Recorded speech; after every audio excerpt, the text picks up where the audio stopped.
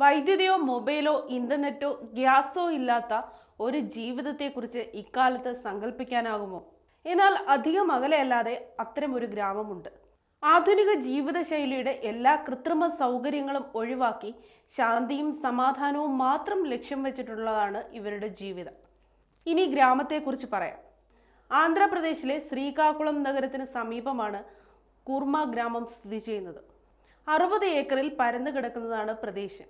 നന്ദഗോകുലം ഗോശാല ട്രസ്റ്റിന്റെ നേതൃത്വത്തിൽ 2018 ഈ ഗ്രാമത്തിന്റെ തുടക്കം. നിലവിൽ 80ഓളം താമസക്കാരാണ് ഇവിടെ ഉള്ളത്. കോൺക്രീറ്റിന് പകരം മൺകട്ടകൾ കൊണ്ടാണ് ഇവിടുത്തെ വീടുകൾ. ഇരുമ്പും സിമന്റും ഇവിടെ പടിക്ക് പുറത്താണ്. പരമ്പരാഗത രീതിയിൽ ചുണ്ണാമ്പ്, മണൽ, ശർക്കര, തുവരപ്പരിപ്പ് എന്നിവ ഉപയോഗിച്ചാണ് ഇവിടെ വീടുകൾ നിർമ്മിച്ചിരിക്കുന്നത്. ഒരു ഹാളും അടുക്കളയും 2 കിടപ്പുമുറികളുമാണ് ഒരു വീടിനുള്ളത്. ഹാളിനോട് ചേർന്ന് തന്നെയാണ് പൂജാമുറിയും അടുക്കളയും സജ്ജീകരിച്ചിരിക്കുന്നത്.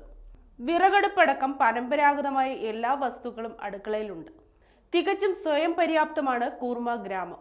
ഭക്ഷണവും വസ്ത്രവും അടക്കം ഇവിടെയുള്ള മനുഷ്യർക്ക് ആവശ്യമായ എല്ലാ വസ്തുക്കളും ഗ്രാമത്തിൽ തന്നെ നിർമ്മിക്കും. ജൈവ കൃഷിയാണ് പിന്തുടരുന്നത്. അലക്കാനോ കുളിക്കാനുമുള്ള സോപ്പിന് പോലും പുറം ലോകത്തെ ആശ്രയിക്കാറില്ല. പുലർച്ചെ 4:30 ഗ്രാമം ഉണരും. ആരതി, പ്രഭാതസ്തുതിയും എന്നിവയോടെയാണ് ഒരു ദിവസം ആരംഭിക്കുന്നത്.